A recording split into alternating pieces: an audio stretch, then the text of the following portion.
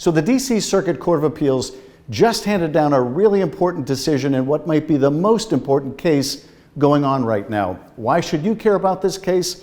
Well, if you don't want to be grabbed off the street, put on a plane, sent to some prison in some other country without ever having a chance to tell a judge, hey, they've got the wrong guy, then you should care about this case.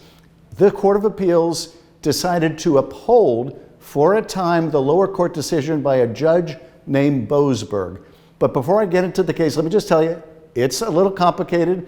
There are a lot of twists and turns. You got to give me time. It's kind of like this. This is a very complicated case, Maude. You know, a lot of ins, a lot of outs, a lot of what have yous, and a lot of strands to keep in my head, man. You know. So let me see if I can break this down, because this is a case you really ought to know about. So first, you have an effort to deport hundreds of people the Trump administration considers members of a Venezuelan gang called Tren de Aragua. Now, most of us support the idea of deporting violent criminals who are illegally in the country, but this case goes well beyond that, and let me explain why. So the case begins when organizations file suit concerned that some of the people that are being deported are in fact not members of this gang and maybe not members of any gang whatsoever and are wrongly included in this group. So they file suit in the District of Columbia, and the judge issues a temporary restraining order. That means hold off, let me look into this, don't send these people out of the country until we can examine whether you've got the right people and whether this is legal. So while that temporary restraining order is in place, Donald Trump signs a proclamation invoking the Alien Enemies Act. So what the hell is the Alien Enemies Act? Okay, the Alien Enemies Act was passed in 1798. It applies under certain circumstances, like we're at war with another country, or there's an invasion of our country or an incursion of our country directed by some foreign government. It's only been used 3 times during our history, all during actual wars, like the First World War and the Second World War. But here it's being invoked at a time we are not at war with Venezuela, for example. And so they invoke this act. The judge wants to make sure that it's legal, but also that they've got the right people. And meanwhile, the Trump administration is loading these people onto planes. Notwithstanding the fact the court has ordered that they not be sent out of the country, they're being loaded onto planes. And the lawyers for these deportees are saying they're going to be taking off. And the judge is trying to find out from the Justice Department, are you taking people out of the country? Are you violating my restraining order? And the lawyers representing the Department of Justice are feigning ignorance and saying, well, we really don't know, Judge. And then finally they get information that during the course of this proceeding, in fact, one plane is taking off and a second plane is taking off. And the judge says, basically, you need to turn around those planes. But they don't. They don't turn around the planes. The planes end up in El Salvador. These deportees end up going to some mega maximum security prison in El Salvador.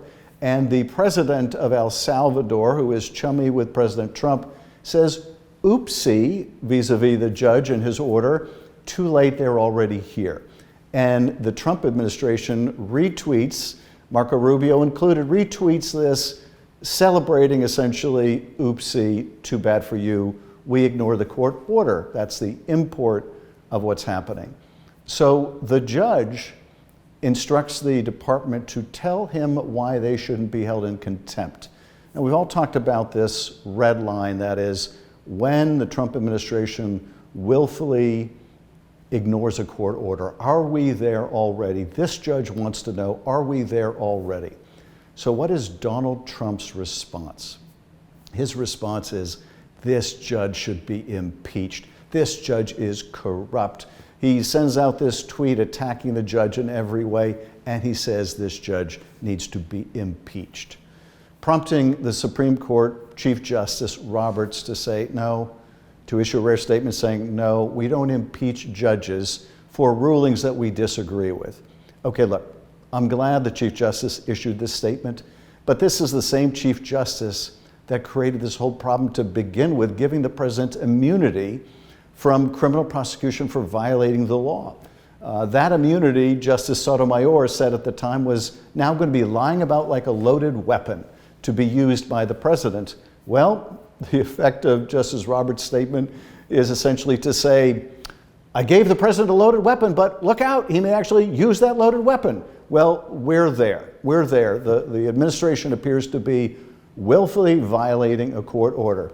So the judge, Judge Boasberg, presses to get answers. Meanwhile, the president is being pressed about the signing of this proclamation, the invocation of the Alien Enemies Act, and here's the president's response when he's questioned about signing this proclamation essentially in the middle of a hearing. It doesn't sound like this judge, who the DOJ is arguing with today about the deportation flights, he wants to know why the proclamation was signed in the dark, his words, and why people were rushed onto planes. Because we want to get criminals out of our country, number one, and I don't know when it was signed because I didn't sign it. Other people handled it. But Marco Rubio's done a great job, and he wanted them out, and we go along with that. We want to get... That's right. He says, well, it wasn't me. I didn't sign the proclamation. Now, alarms must have gone on in the White House after the president said that, because if he didn't sign the proclamation, it's not valid. And what's more, the president has just castigated Joe Biden for using the auto pen. So if he used the auto pen, it would be valid, but if he used the auto pen, he would be a hypocrite for attacking Joe Biden. So they've got a box they're in. So how does the White House get out of the box? They trot out the communications director to make this absurd statement. That's right, the president wasn't talking about the proclamation he just signed invoking the Alien Enemies Act. He was talking about the act itself.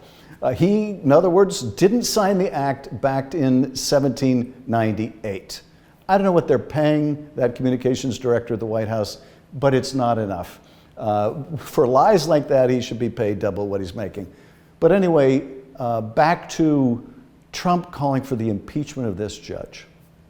Well, you now have Elon Musk maxing out or attempting to max out his contributions to members of Congress who are supporting the impeachment of this judge. That's how bad it's gotten. That's the kind of threat we have to our legal system. And what's more, the Justice Department is still stonewalling the judge. In fact, now the Justice Department is invoking a rarely used privilege called the state secrets privilege, which they're basically saying, Judge, we can't tell you because it would involve state secrets. Now this is, I think the legal term is horseshit.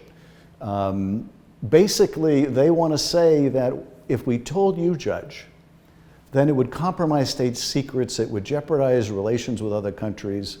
Well, if the country they're talking about is El Salvador, the president of El Salvador gleefully has tweeted about this. El Salvador has released footage of these deportees being ushered into this mega prison. So that's clearly rubbish. What's more, they could always brief this judge, that is confidentially, in camera is what the legal term is. In fact, this judge, appointed originally by George W. Bush, and then appointed again by President Biden or Obama, so appointed by presidents of both parties, this judge is also on what's called the FISA court, the Foreign Intelligence Surveillance Act court. He is used to being briefed in classified form constantly. So the invocation of this privilege is totally bogus. Now, what will the judge do?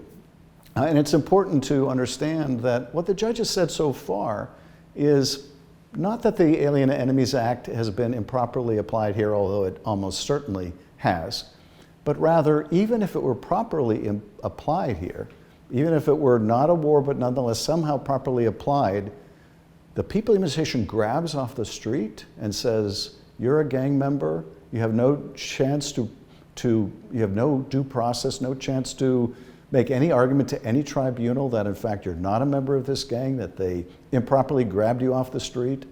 The judge is saying, where's the due process there? Where's the opportunity to contest this before you end up in some maximum security prison in El Salvador? This is a truly key question.